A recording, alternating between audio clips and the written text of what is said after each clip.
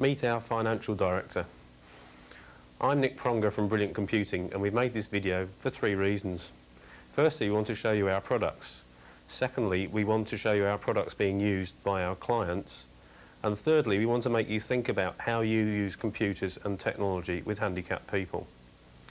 My own experience of special needs was as a school teacher in a special school for 4 years. My partner Rod has a degree in data processing and an interest in special needs from his local toy library. There are 3 basic inspirations for writing programs. The first one is needs-led. That is, a professional in the field comes to us and says there's a need for a specific program, which we write. The second inspiration for programs comes from the hardware itself. Sometimes we see a piece of hardware that we feel would be so good for special needs that we write a specific program for that hardware. Touchscreen is an example of that. The third inspiration for programs comes from progression from earlier programs. Here professionals say they would like to develop further ideas conveyed in earlier programs. I'm often asked by people where they can start off using the technology. Well, the very simplest way to start using the technology is using a simple switch and a battery toy. With this, we can start to get people to turn things on and off. We can develop the language concepts involved in that. It needn't be a toy, it could be a radio or a cassette tape recorder. But once we've got the idea of on-off, we can go on and use the same switch with the computer. So if we unplug the switch and plug into the computer interface, we're now ready to use the same switch with the computer. The program we've got on at the moment is Switch On. It was a program designed to work especially with switches. So we press the space bar, and here we're going to set picture building. Do we want sound? Yes. Our switch is connected to the user port, so we're going to go via user port. And the program loads in.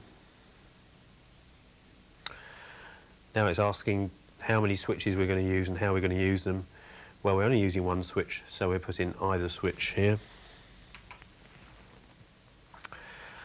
And the setting here is asking how many sections we're going to draw the picture in. Well, if we draw the picture in all the steps, then that will be 7 sections. So we put in 3. And now we have a list of the pictures that are available in the program. If we put on a random sequence, we don't know what we'll get next.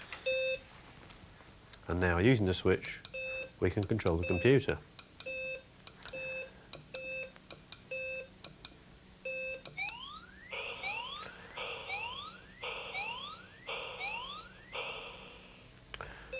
At the end of each picture, there's an animated sequence, which is the reward for pressing the switch.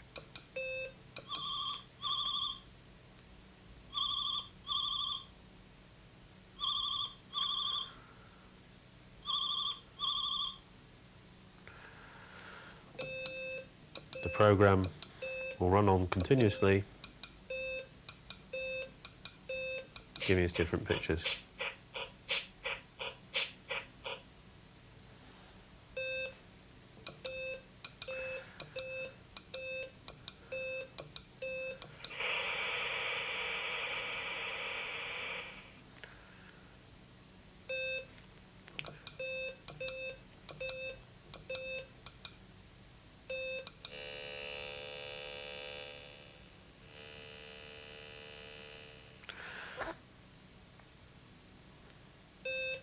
Okay, we'll do one more.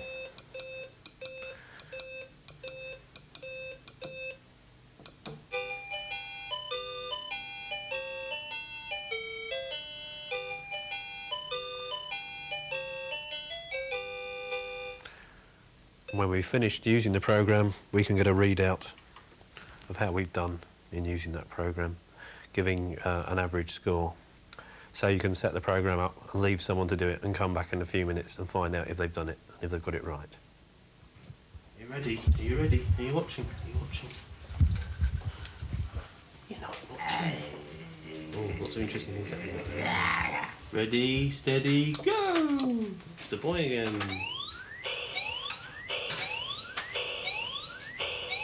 What's he doing? He's jumping. What's What's the next one going to be? Oh, it's the car again. We've got on something else. Should we have some different pictures? Joystick games is a hierarchy of games to play with a joystick. The simplest of the games is Mousetrap. The object of Mousetrap is to catch a mouse by operating the joystick in any direction. We can determine how large or small the mousetrap is. The larger the mousetrap, the easier it is to catch the mouse. So we wait until the mouse is under the trap and then we operate the joystick in any direction.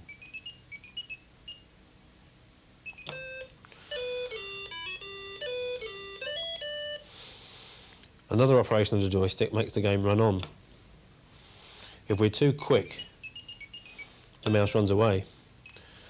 If we try and cut the mouse in half, we're sorely disappointed. The idea behind Mousetrap was so important, the operation of a joystick or a switch at the right time, that we've gone on to do a whole set of games called spot-on games, all of which depend on operating a switch at the right time. The next program we wrote was one called Boris the Spider. The object of Boris the Spider was to introduce two directions on the joystick. Here again we can set how easy or hard it is to use the program.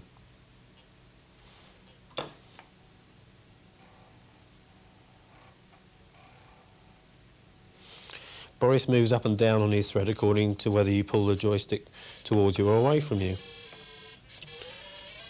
What we have to do is line up with the flies and catch them.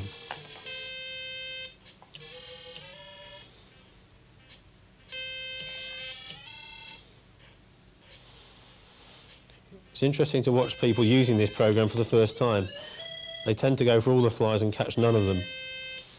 Whereas when they get a bit cleverer, they realise that they can catch the flies one at a time if they follow them across.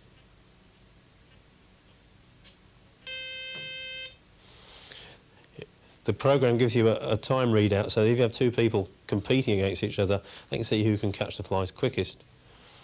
There again, the program will run on the joystick. The next program we wrote was Find the Bone. Here again we can set the options. The idea behind Find the Bone was to introduce the joystick to move something round on the screen. This is an important concept for anybody that goes on to use a joystick wheelchair. So here we have a dog and a bone, and we've got to find the bone by finding the right way through the doors to the bone. The joystick will work in 4 directions now: up, down, right and left. We've got to get the dog through the door. Oh, just caught his nose.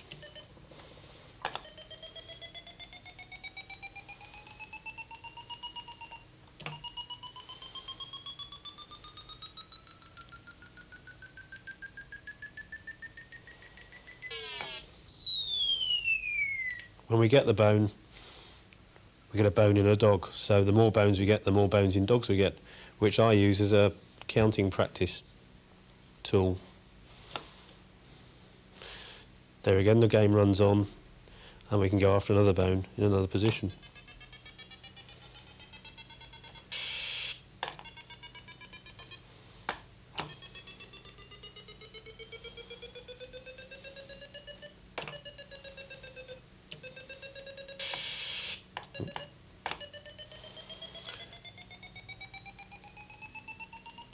For some people these games are quite hard, but that's no bad thing because it does actually stretch their ability.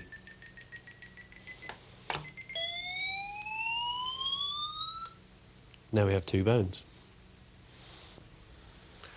Attached on the front of this monitor is a Microvitec Touch-Screen. This enables us to use the computer just by touching the screen. We were inspired by touchscreen to write touchscreen games. Here again we've got a hierarchy of programs, the easiest one being Catherine wheels. We'll have full volume.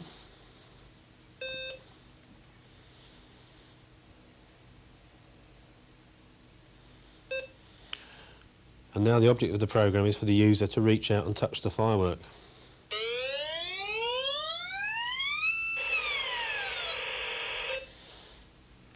Here's a catering wheel. When we touch it, we get a reward. If we touch anywhere else on the screen, we don't get the reward.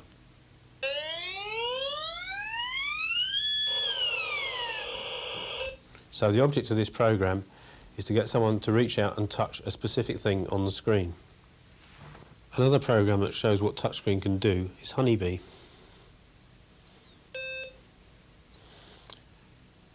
Here the object is to get the bee to the flower by picking it up on your finger. This is quite a good continuous hand-eye coordination task. So I get the bee on my finger and lead it to the flower. If I try and take it off, won't go. When I get to the flower,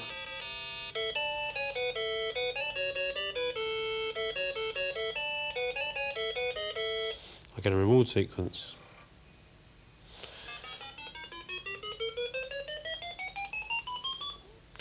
The task involved is fairly complex. Continuous hand-eye coordination.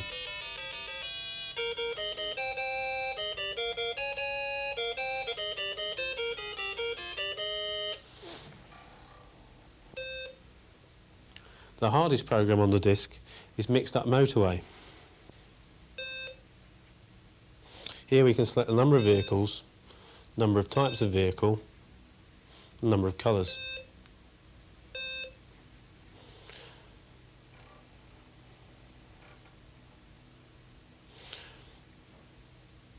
The object of the program is to move the vehicles from the bottom lane to the middle lane to match the top lane.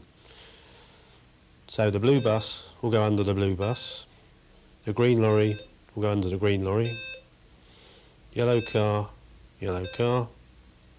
red lorry, and the reward is the vehicles driving off.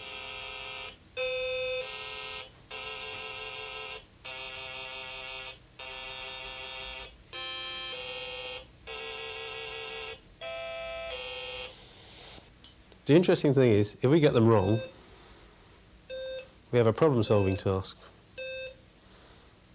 We get these two right. They don't go. Now, if you point out why they don't go, people try and move one on top of the other. And it doesn't work. The reason for that is that each vehicle takes up space.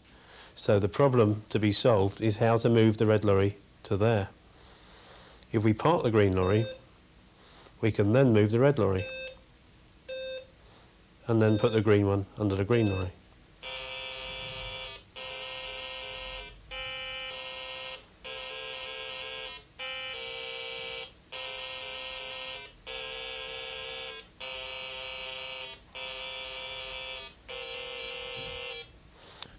The virtue of touchscreen is its immediacy.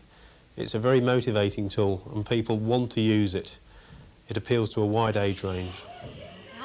Computers can help you achieve your aims and objectives, whether you are working in education, the health service, social services, or as a carer of a handicapped person.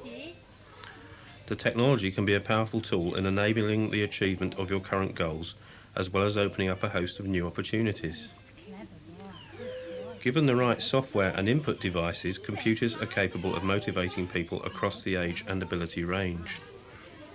At Airedale Child Development Unit, they use the touchscreen as their main input. Working with more handicapped teenagers, Redwood Croft School find single switch inputs useful. What's this? It's a motorbike, look! Let's do another one. What do you think? Do you want to do another one? Yes, should we do another one? All right, then. Do another one. Great, that's it, you managed it. Brighouse Adult Training Centre use multiple switches for quite complex tasks. Okay, wait now. No. Wait a minute, which one is it? That. Is it that one? Which way is that one going now? Back. Yeah. It's going back that way, isn't it? Try that. Is that one right? Yeah. Right. Which way is it going, up or down? Down. Down, okay. Here it comes. Number 5.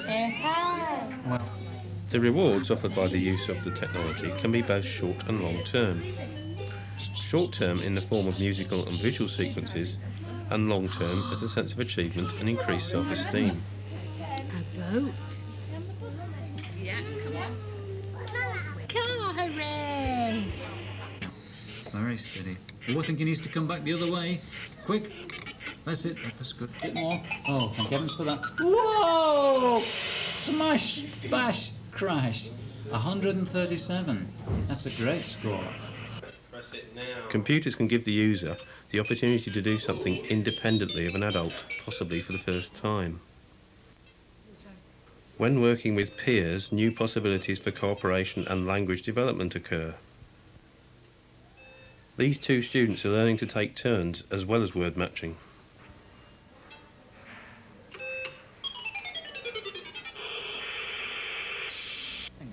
The user has it within their power to control something seen as both interesting and desirable by others, and as a result becomes the centre of attention. Right to the end, and you want to press the A program can be used with the teacher or therapist to teach a specific language skill. Here, Martin is developing the idea of moving something around on the screen using switches. There. Right. Do you want to turn a corner? Should we turn the corner and come back along the bottom there? Here. You want to get up there? No. Yeah. Right. You want to get up to there and then up. Do you want to press that one? That'll take you along a bit. That's it, with the purple. Now, try the purple again. That's it. A bit further. Now then, let's try and do what you were saying. You press that one and I'll press this one, and we'll see what happens. The same program can also be used by helpers or even independently by the client. Right. Try two This is together. entertaining Press two while at the together. same time reinforcing the previously taught skills. Press them both together. It also frees the Now, professional to work with what's other happening? clients. Can you see? Name. It's like it's as though it's spelling somebody's name, isn't it? A program written to develop hand-eye coordination can also give the opportunity for introducing basic mathematical concepts with a simple scoring system. Oh, you got it. 1, 2, 3, 4, 5. The use of the computer in no way replaces the caring teacher, therapist or parent. It does, however, give the opportunity for practicing and developing skills, increasing independence and improving the quality and quantity of social interaction.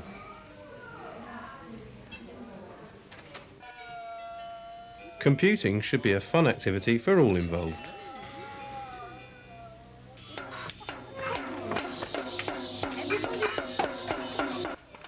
How you use the technology is up to you. At Airedale Child Development Unit, they integrate the use of the computer in their 3-hour morning sessions. They use it in at least 3 different ways. When the children arrive, they can take part in a free play session where they choose from a number of toys and activities. The other toys, and is fully accessible through touchscreen. They can choose to use it individually or with others. Later, when more formal activities are taking place, individual children can be taken out to use the computer for more specific skills. At the end of the morning, the computer becomes the centre of a group story session. Prue, the speech therapist, is using Ted's adventures, which we wrote with her help. We've got Teddy and Watch how she combines the computer with sign language and real objects. a house, yes. Now, Teddy, we've got a The level of the screen is really important in getting audience participation. Go and touch the road. In deference to adult users, Ted can be an adult figure rather than a bear. Touch him. Go on. The second part of the programme involves a visit to a supermarket which can be integrated with other activities like making shopping lists, budgeting and simple money sums. Oh, look, there's the man that jumps up and down. At the end of the session, the children are reluctant to leave the computer behind. Jump. Good boy, Matthew. Clever boy. Matthew, touch it again. So, to summarise, computers can help you achieve your present aims in 4 ways. They can increase motivation, They can reward desired responses immediately. They can give opportunities for practicing and reinforcing skills. They can increase self-esteem. Computers can be used in at least 3 different situations. For free access play, as an individual teaching tool, as the focus of a group activity.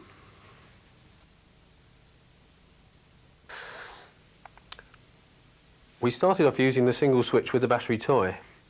Now we've got a program here which can enable us to use the same switch with the word processor. When we press the switch once, the cursor starts to move up. When we get to the line we want, we press the switch again and the cursor will go across. To select the letter, we press again, and if we want a large letter, we press again. So press once to go up, once to go across. In this way we can use our single switch as a sophisticated communication system. So while we started using our switch as a game, it can actually have a serious long-term application.